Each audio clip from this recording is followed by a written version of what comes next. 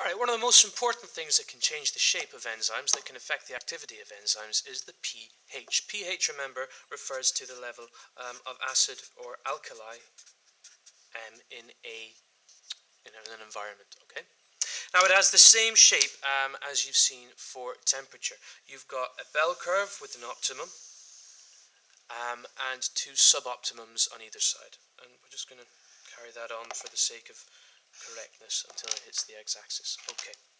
Now the temperature at which the pH at which my enzymes work the best, I'm going to put down a completely arbitrary scale here, 3, 4, 5, 6, 7, okay. So the pH at which this particular enzyme works really well is pH 4. pH 4 is what I call its optimum temperature. Oh, it's spelled right, okay. Optimum, yeah. At the optimum pH, my enzymes are the right shape. They have the right shape for their function. They can carry out whatever function they're supposed to, and their active site is able to interact with the substrate.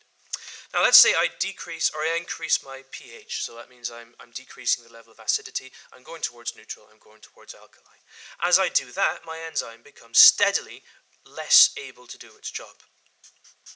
Alright?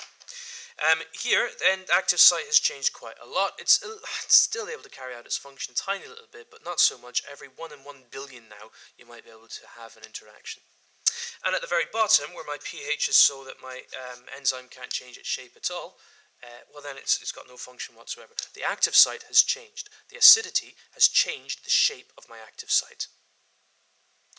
Similarly, if I increase my acidity, decrease my pH number, the same thing is going to happen.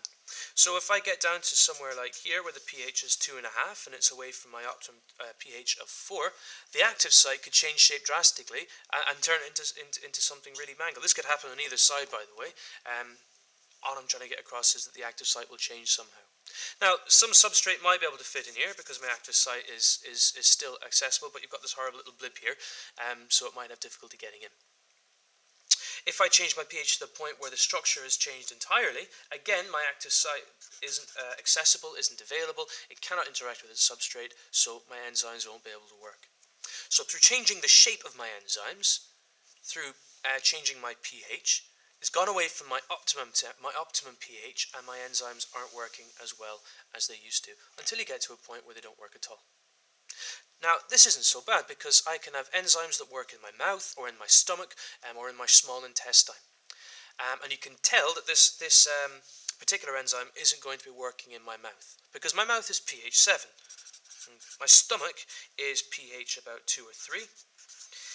This could possibly be an enzyme that works somewhere like, I don't know, maybe the junction of the small intestine and the stomach where it's still a little bit acidic. Okay,